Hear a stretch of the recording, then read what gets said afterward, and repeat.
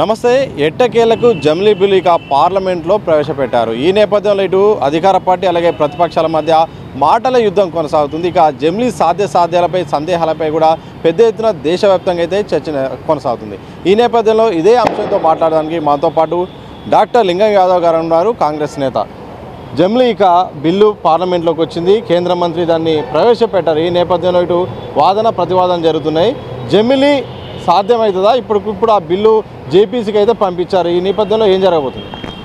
ఇవాళ బీజేపీ ప్రధానమంత్రి నరేంద్ర మోడీ ఈ గత 10 ఏళ్లుగా ఈ దేశాన్ని పరిపాలిస్తూ తను చేసినటువంటి అవినీతి అక్రమాలను ఇవాళ దేశ సంపద అంతా కూడా ఇవాళ అంబానీకి ఆదానికి దోచిపెడుతూ ఇవాళ దేశ ప్రజల్ని మరొకసారి మభ్యపెట్టడం కోసమే ఇవాళ వాళ్ళు తెర మీదకి తీసుకొచ్చినటువంటి అంశమే జమిలీ ఎలక్షన్స్. ఇవాళ జమిలీ ఎలక్షన్ అంటేనే ఇవాళ ఈ దేశంలోని పార్లమెంటరీ ప్రజాస్వామ్యానికి ఇవాళ విరుద్ధంగా ఇవాళ జమిలీ ఎలక్షన్ అనే కాన్సెప్ట్ని తీసుకురావడం జరుగుతుంది. ఈ దేశంలో సమైక్య స్ఫూర్తికి ఇవాళ దేశంలో అకార్డింగ్ టు ఇండియన్ కాన్స్టిట్యూషన్ ప్రకారం, భారత రాజ్యాంగం ప్రకారం ఇవాళ రాష్ట్రాలు దేశం అన్నీ కూడా ఒక పరస్పరం సహకరించుకోవాలి.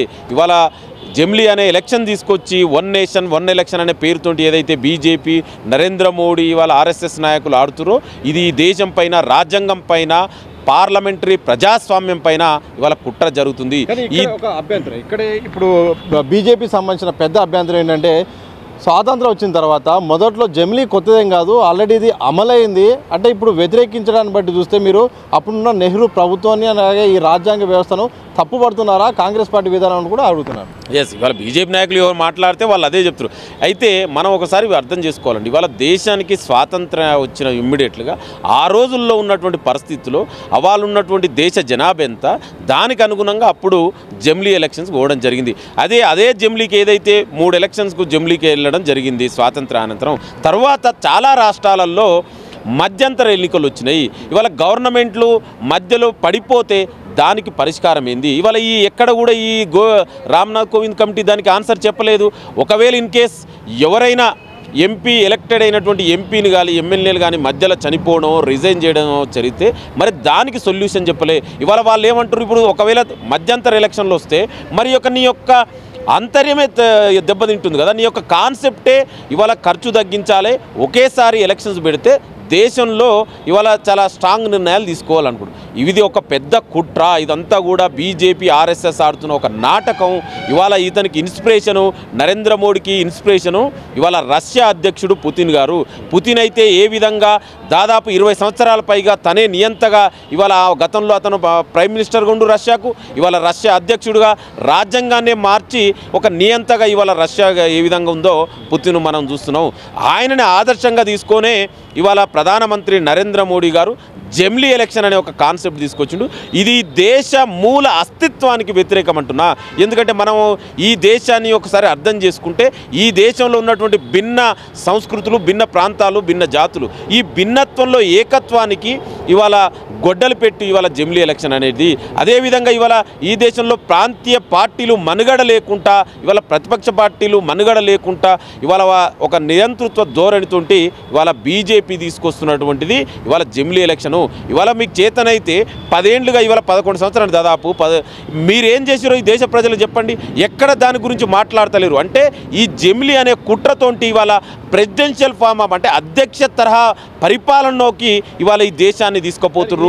తర్వాత నియంతృత్వానికి ఇది దారితీస్తుందని మేము హెచ్చరిస్తున్నాం. జమిలీ ఎన్నికలకు అలాగే అధ్యక్ష తరహా దానికి అదొక విధానము, దానికి ఒక చట్ట సవరణ చేయాల్సి ఉంటుంది, దానికి తీసుకురావాల్సి ఉంటుంది. దానికి దీనికి ఎట్లా లింక్ అవుతుంది? ఇది ఒక ఎన్నికలకు సంబంధించిందే కదా. నేను అదే చెప్తున్నాండి. ఇవాళ వాళ్ళు తీసుకొచ్చిన జమిలీ వన్ నేషన్ వన్ ఎలక్షన్ ఏదైతే ఇప్పుడు రామ్నాథ్ కోవింద్ గారి కమిటీ ఏది ఉందో అసలు అది it self is the problematic కదా. చాలా సమస్యలకు అడ్రస్ చేయలే. మధ్యంతరం ఎలక్షన్స్ వస్తే మీరు ఆన్సర్ ఏమి ఇచ్చారంటే సొల్యూషనే లేదు. ప్రభుత్వాలు కూలిపోతే, ప్రభుత్వాలు పడిపోతే ఏ పార్టీకి మెజార్టీ రేకుంటున్నప్పుడు మరి అప్పుడు దానికి ఎవరు గవర్నమెంట్ ఫామ్ చేయాలండి? వీటికి సమాధానం చెప్పాలి కదా. అంటే ఇవన్నిటిని కూడా తప్పుదో పట్టించి ఒక జమిలీ ఎలక్షన్ అని తీసుకొచ్చి ప్రాంతీయ పార్టీల అస్తిత్వాన్ని ఇవాళ దెబ్బతీయాలని ఇవాళ ఈ దేశంలో ఉన్నటువంటి మీరు చూడండి, దేశం అంటే యూనియన్ కోఆపరేటివ్ ఫెడరలిజం అంటే స్టేట్లు సెంటర్ అన్నీ కలిసే ఇవాళ అన్నీ ఉంటాయండి. ఒకరికొక రాష్ట్రాలు కేంద్రం సహకరించుకుంటాయి. ఇవాళ దీన్ని మొత్తానికి కూడా కేంద్ర నియంతృత్వానికి ఒక గుత్తాధిపత్యంగా తీసుకుపోయి దాన్ని స్లోగా ప్రెసిడెన్షియల్ ఫామ్ కన్వర్ట్ చేయడం ఇవాళ బీజేపీ ఎజెండా.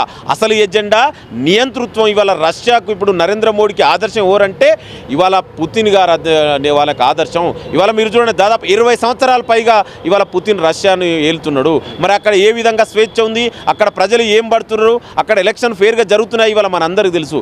సేమ్ అదే విధంగా కూడా ఇవాళ జమిలీ ఎలక్షన్ తోటి స్లోగా ఇవాళ పార్లమెంటరీ ప్రజాస్వామ్యానికి ఇది ఒక గొడ్డలి పెట్టు. ఇవాళ భారత రాజ్యాంగ నిర్మాతలు ఆనాడు తీసుకున్నది ఈ దేశానికి అనువైనది. ఆనాడు కూడా పార్లమెంట్లో ఆనాడు ఏదైతే కాన్స్టిట్యూషన్ అసెంబ్లీలో కూడా డిబేట్ జరిగింది. ఈ దేశానికి పార్లమెంటరీ వ్యవస్థ కావాలన్నా, ఈ దేశానికి అధ్యక్ష తరహా పరిపాలన కావాలనుకుంటే ఆనాడు డాక్టర్ బాబాసాహెబ్ అంబేద్కర్ మిగతా రాజ్యాంగ నిర్మాతలందరూ కూడా ఈ దేశానికి అనువైనది పార్లమెంటరీ ప్రజాస్వామ్యమని, అందుకే దాన్ని మన ఆనాడు రాజ్యాంగ నిర్మాతలు ఎన్నుకున్నారు. కానీ ఇవాళ బీజేపీ, ఆర్ఎస్ఎస్, నరేంద్ర మోడీ ఒక కుట్రతోటి ఇవాళ పార్లమెంటరీ ప్రజాస్వామ్యాన్ని ఇక్కడి నుంచి తీసేసి ఇవాళ అధ్యక్ష తరహా పరిపాలన అక్కడి నుంచి స్లోగా నియంతృత్వానికి ఇవాళ బీజేపీ, ఆర్ఎస్ఎస్ బాటలు వేస్తుంది. అందుకే ఇవాళ కాంగ్రెస్ పార్టీగా ఇవాళ మేము చెప్పండి, మా నాయకుడే చాలా స్పష్టంగా చెప్పాడు, మల్లికార్జున ఖర్గే, అదేవిధంగా ప్రతిపక్ష నాయకుడు ఇవాళ రాహుల్ గాంధీ గారు మొదటి నుంచి మాది ఒకటే స్టాండు. ఈ దేశానికి జమిలీ ఎలక్షన్ అని ఇప్పుడున్న సిచ్యువేషన్లో సాధ్యం కాదు. నేను కొన్ని సవాల్ చేస్తున్నాండి. ఇవాళ వాళ్ళు మాట్లాడుతున్నారు, మొన్ననే జార్ఖండ్లో జరిగిన ఎలక్షన్స్, మహారాష్ట్రలో 2 రాష్ట్రాలే నువ్వు ఒకసారి కండక్ట్ చేయలేదు, నువ్వు దేశం మొత్తం ఏ విధంగా కండక్ట్ చేస్తావండి? అదేవిధంగా మొన్ననే జమ్మూ కాశ్మీర్లో, హర్యానాలో జరిగినాయి 2 రాష్ట్రాలనే నువ్వు ఒకసారి కండక్ట్ చేయని వ్యక్తివి ఇవాళ దేశం మొత్తంలో ఒకేసారి ఎలక్షన్ చేస్తామంటే ఎట్లాంటి అంటే ఎవరిని పంపపెడతావు? నీ యొక్క ఉద్దేశం ఏంది అంటే ఇవాళ బీజేపీ, ఆర్ఎస్ఎస్ ఇడన్ ఎజెండా ఈ దేశాన్ని నియంతృత్వానికి తీసుకుపోవడానికి, ఈ దేశం మూల అస్తిత్వమైనటువంటి భిన్నత్వంలో ఏకత్వానికి ఇవాళ బీజేపీ నాయకులు ఇవాళ దానికి కథం చేయడం కోసమే ఇవాళ జమిలీ అనేది ఒక నాటకం ఆడుతుర్రు. ఇది దేశ ప్రజాస్వామ్యానికి డెఫినెట్ కూడా ఇదొక పెద్ద రిమార్క్గా ఉండబోతుంది. ఈ పార్లమెంటరీ ప్రజాస్వామ్యానికి ఇదొక చెడుగా ఇవాళ నిలవబోతుంది. అందుకే కాంగ్రెస్ పార్టీగా ఇవాళ మేము దీన్ని అడ్డుకుంటాం. ఇంకొకటి చూడండి, ఇవాళ వాళ్ళకి పార్లమెంట్లో 2/3 మెజార్టీ లేదు, అయినా కూడా ఏ విధంగా వాళ్ళు ఇవాళ ఈ బిల్లుని తీసుకురావడానికి అంతర్యం ఏందండి? అంటే ఏ విధంగా మీరు బిల్లు పాస్ చేస్తారు? నీకు మెజార్టీ లేదు కదా అంటే ఇదంతా ఒక కుట్ర కోనని మనం అర్థం చేసుకోవాలి. ఏ విధంగా అయినా ఇవాళ వాళ్ళు చేస్తున్నట్టు అవినీతి అక్రమాలు ఇవాళ ఏనాడైనా వాళ్ళు ఈ దేశ ప్రజలకు 10 ఏళ్లుగా పరిపాలిస్తున్న పాలకులు ఏ రోజైనా ఇవాళ వాళ్ళు చేసిన అభివృద్ధి సంక్షేమం గురించి మాట్లాడరండి? ఎందుకు ఇవాళ జమిలీ ఎలక్షన్ అవసరం ఏమొచ్చిందండి? 2 రాష్ట్రాల ఎలక్షన్ నువ్వు ఒక్కసారి కండక్ట్ చేయని స్థితిలో ఉన్నావు. ఇవాళ దేశం మొత్తాన్ని ఎలక్షన్స్ ఎట్లా కండక్ట్ చేస్తామండి? అంటే ఇదంతా కూడా కుట్ర. అందుకే ఈ కుట్రని దేశ ప్రజలందరూ కూడా గమనిస్తున్నారు. దీన్ని అడ్డుకోవాల్సిన అవసరం, బాధ్యత కూడా ఇవాళ ఒక పార్టీలుగా కాదు దేశ పౌరులందరి మీద ఉందని నేను మళ్ళొకసారి తెలియజేసుకున్నాను. చివరిగా చెప్పండి, దీనికి సంబంధించిన జమిలీ సంబంధించిన బిల్ అయితే ఇక జేపీసీలోకి వెళ్ళింది, దానికి సంబంధించిన ఓటింగ్ కూడా జరిగింది. ఈ నేపథ్యంలో మీ ప్రతిపక్ష నేత మీకు సంబంధించిన రాహుల్ గాంధీ కూడా అక్కడ మాట్లాడే అవకాశం ఉంది, దానిపైన చర్చించే అవకాశం ఉంది. జేపీసీలో ఏం జరగబోతుంది, దీని విషయంలో ఇంకున్న అవకాశాలు ఏంటి? డెఫినెట్గా ఇవాళ మేము కాంగ్రెస్ పార్టీ, ఇండియా అలయన్సెస్ కూడా మొదటి నుంచి చెప్తుందండి, ఇవాళ జమిలీ ఎలక్షన్ అంటేనే ఈ దేశ అస్తిత్వాన్ని దెబ్బతీయడం. అందుకే డెఫినెట్ కూడా జేపీసీకి ఇవాళ మేము పంపించాలని అడిగినాం. డెఫినెట్ కూడా జేపీసీలో మేము అడ్డుకుంటాం. తొందరలోనే ఇవాళ కమిటీ రిపోర్ట్ ఇవాళ పార్లమెంట్లో కూడా బిల్లును అడ్డుకుంటాం. ఇది దేశ అస్తిత్వానికి వ్యతిరేకమైంది. అందుకే ఈ జమిలీ అనే బిల్లుని డెఫినెట్ కూడా కాంగ్రెస్ పార్టీ అడ్డుకుంటుంది. నేను మరొకసారి మీ ద్వారా కూడా నేనేమంటే ఇవాళ పౌర సమాజం అయినా కూడా మేధావులందరూ కూడా ఇవాళ దీన్ని అడ్డుకోవాల్సిన అవసరం ఉంది. ఇవాళ ఎంతసేపు వాళ్ళు గతంలో జరిగిందండి, గతంలో జరుగుతున్న చాలా రాష్ట్రాలలో ప్రభుత్వాలు కూలిపోతే సమస్యలు వచ్చినాయి కదా. ఇవాళ నువ్వు ఇప్పటివరకు కోవిడ్ కమిటీ దానికి సంబంధించినటువంటి ఆన్సరే చెప్పలేకపోయింది. ఇవాళ వాళ్ళు మాట్లాడుతున్నారు చాలా పార్టీల ఒపీనియన్. ఏ పార్టీల ఒపీనియన్ తీసుకురండి? ఏ పార్టీలో ప్రధాన ప్రతిపక్షం ఒపీనియన్ కన్సిడర్ చేసిరండి? ఇవాళ బీజేపీ నాయకులు మాట్లాడుతున్నారు, మేము 30 పార్టీల ఒపీనియన్ తీసుకున్నాం, 40 పార్టీల ఒపీనియన్. మీరు చూస్తే ఎంత ఆశ్చర్యం ఏంటిదే, ఆ బీజేపీ జమిలీ ఎలక్షన్ సపోర్ట్ చేసిన పార్టీలు ఏ పార్టీలు ఒకసారి చెప్పనండి? నార్త్ ఈస్ట్లో ఉన్న చిన్న చితక పార్టీలు, పార్లమెంట్లో ప్రాతినిధ్యం లేని మెజార్టీ పార్టీలు బిల్లుకి సపోర్ట్ చేసింది. ఇది వాళ్ళు చెప్తున్నారు. మరి ప్రజాస్వామ్యంలో ప్రధాన ప్రతిపక్షం యొక్క వాయిస్ కన్సిడర్ చేయాలి, ఎక్కడైనా వీళ్ళు కన్సిడర్ చేస్తున్నారండి? ఎందుకు మా ఇవాళ కాంగ్రెస్ పార్టీని మిగతా పార్టీలు ఇండియా బ్లాక్ అలయన్స్ పిలిచి మీరు ఎందుకు మాట్లాడతలేరు? దీనికి ఇప్పటివరకు మేము రేజ్ చేసినటువంటి క్వశ్చన్స్కు ఆన్సర్ చెప్పే సమాధానం ఉందండి? అంటే ఇదంతా కూడా ఒక కుట్ర జరుగుతుంది. దీన్ని మనం అడ్డుకోవాలి.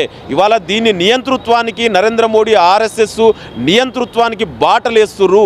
ఆ నియంతృత్వానికి దగ్గరలోని దేశం ప్రమాదంలో పడింది. దీన్ని మనం అడ్డుకోవాల్సిన అవసరం ఎంతైనా ఉందని మరొకసారి తెలియజేసుకున్నాం. Thank you very much. మొత్తంగా జమిలీ నేపథ్యంలో మాత్రం బీజేపీ ఒక పెద్ద కుట్ర లేవబడుతుంది. ఇప్పుడు జమిలీ పేరుతో ఒకే ఎన్నికని, తర్వాత దీని అధ్యక్ష తరహా పాలనకు వైపు కూడా నడిపించే ఉద్దేశంతోనే ఈ యొక్క బిల్లు పైన కూడా ప్రధానంగా దృష్టి పెట్టింది. ఇది కాంగ్రెస్ పార్టీ కానీ మిగతా అన్ని కూడా వ్యతిరేకిస్తున్నాం, ఎట్టి పరిస్థితుల్లో దీన్ని అమలుకు అడ్డుకుంటామని చెప్తుంది. దాంతోపాటు మేధావులు కూడా అందరికి రావాల్సింది, ఎందుకంటే చాలా అంశాలు ప్రస్తావనకు కూడా తీసుకురావట్లేదు. అసలు కోవింద్ కమిటీ మధ్యంతర ఎన్నికలు వస్తే అసలు దాన్ని ఎట్లా ముందుకెళ్తారు, అలాగే ఒక రాష్ట్రంలో 2 రాష్ట్రాల్లో కూడా ఒకేసారి ఎన్నిక నిర్వహించలేని పరిస్థితిలో దేశవ్యాప్తంగా ఒకేసారి ఎలా సాధ్యము, ఇవన్నీ కూడా రష్యా పుతిన్ను అధ్యక్ష తరహాలోనే ఇక్కడ మోడీ కూడా వారిని ఇన్స్పైర్ చేసుకుని అలా ఉండాలని కోరుకోవడానికి కోసమే జమిలీ తీసుకొస్తున్నారు. కాంగ్రెస్ పార్టీ మాత్రం జమిలీ బిల్లుకు తీవ్రంగా వ్యతిరేకిస్తుంది. అందరూ కూడా వ్యతిరేకించాల్సిన అవసరం ఉందన్నట్టు కూడా కాంగ్రెస్ స్పోక్స్ పర్సన్ డాక్టర్ లింగం యాదవ్ స్పష్టం చేసిన సందర్భం చూడొచ్చు. కెమెరా పర్సన్ సూర్యబాబుతో సతీష్ దిశా టీవీ, హైదరాబాద్.